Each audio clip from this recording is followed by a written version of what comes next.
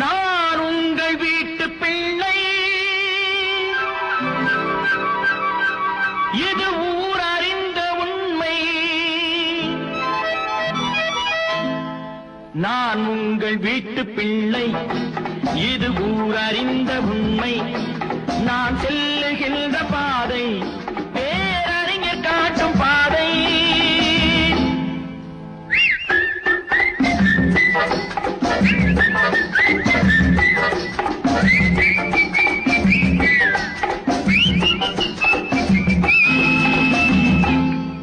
நான் உங்கள் வீட்டு பிள்ளை, இது ஊரறிந்த உண்மை.